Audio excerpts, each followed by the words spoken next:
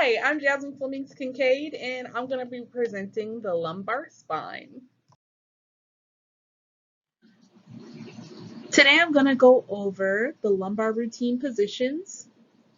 Then I'm going to go to the myelography. Then I'm going to go to L-spine anatomy. And lastly, I will review the handout, which is going to talk about the Scotty dogs.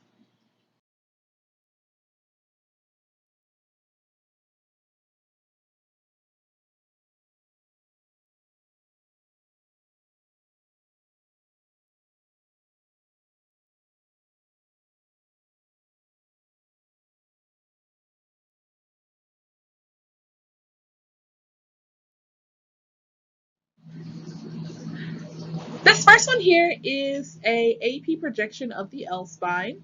Um, it's usually done on a 14 by 17 size IR with the collimation in to include the SI joints, but you don't really want to go any further, any wider than that. So just including the SI joints. The CR is at the level of the iliac crest, which is also L4, L5. This can demonstrate any lateral movement of the L spine, which would be scoliosis, and any fractures in the area, any fractures of the vertebral bodies. This position is usually done at 40 inches, and it's usually done on expiration. This next image here is a lateral position of the lumbar spine. This position is done at 40 inches using a 14 by 17 size IR, usually portrait. The CR is at level of iliac crest, which is L4, L5, and you want to collimate in a lot in order to just get that L spine. It's really important here to make sure that the hips and also the shoulders are in line together, that nothing is rotated, there's no rotation. You can use a lead mat behind the patient to make the picture a little crisper, absorb a little bit of that scatter, because this is going through a lot of thickness of patient. Anatomy in this one, as you can see, the intervertebral disc, spinous processes, vertebral bodies are all seen in this image. You also may be able to see any fractures, any neoplastic processes or osteoporosis, or any spondylosis.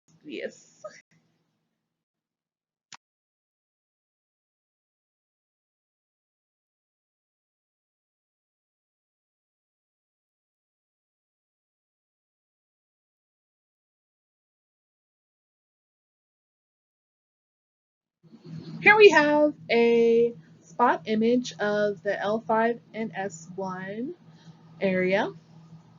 This should include both L5, S1 in this image, and it's usually done at 40 inches using an 8 by 10 IR, but you want to collimate in as much as possible. You want to collimate in as much as possible while also including space for your marker and all the needed anatomy. There needs to be no rotation on this one. Make sure that those hips and the shoulders all match. They're not rotated or in any direction. For this one, you have to angle 5 to 8 degrees caudad, and the CR is 1.5 inches inferior to iliac crest and 2 inches posterior to ACEs. So I just like to find the iliac crest and put a hand there, a finger there, find the ACEs, put a finger there, and then you can visually see 1.5 inches down from the iliac crest and 2 inches in from the ACEs. At that point, that's exactly where you want to put your CR. For this one, you can see any fractures that involve the L5S1 vertebral bodies and any spondylolisthesis.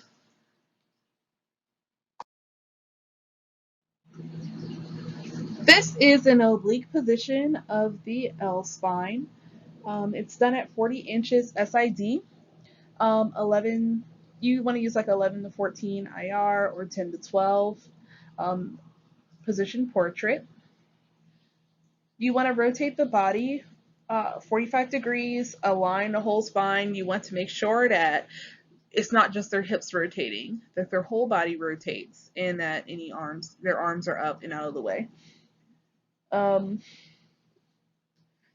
so you want to rotate it 45 degrees, but you want to do 50 degrees if you want L1, L2, and 30 degrees for L5, S1.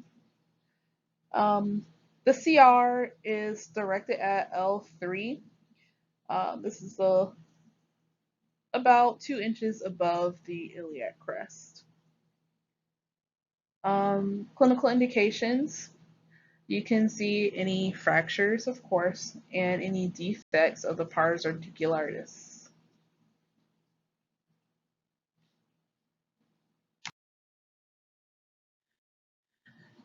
Lumbar myelography is a radiographic examination of the spinal cord. It uses um, contrast media injected at the L3, L4 joint space and is able to view several um, pathologies, including herniated nucleus pulposus, any tumors, cysts, and cancers, as well as bone fragments that might be in there.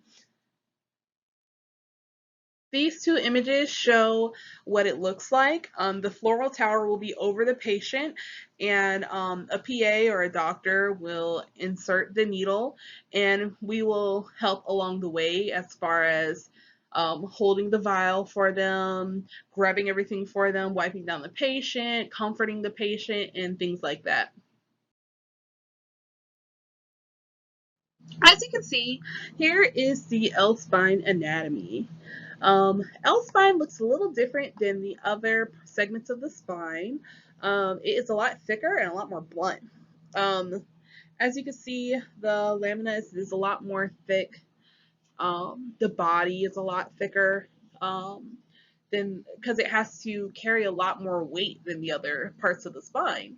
Um, Oh, and also the transverse process are a lot shorter than other parts of the spine. If you were to compare this to a T-spine, in a T-spine, the transverse process are a lot longer, and the spinous process on a T-spine point, a typical T-spine spinous process at least, it points down and it's very pointy. And then on a C-spine, they're very small and they look almost delicate as compared to the thick, chunky look of the L-spine vertebrae. So, for this last slide, I just want to go over like what you see on the worksheet.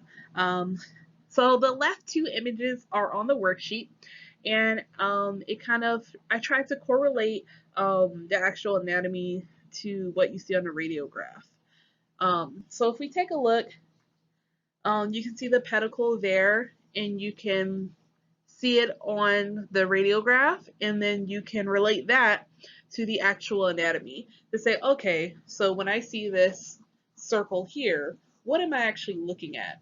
So I think you should try to label out all the anatomy of the Scotty dogs. Also, it should be noted that a Scotty dog is only seen on a perfectly positioned oblique radiograph. I have. Thank you so much.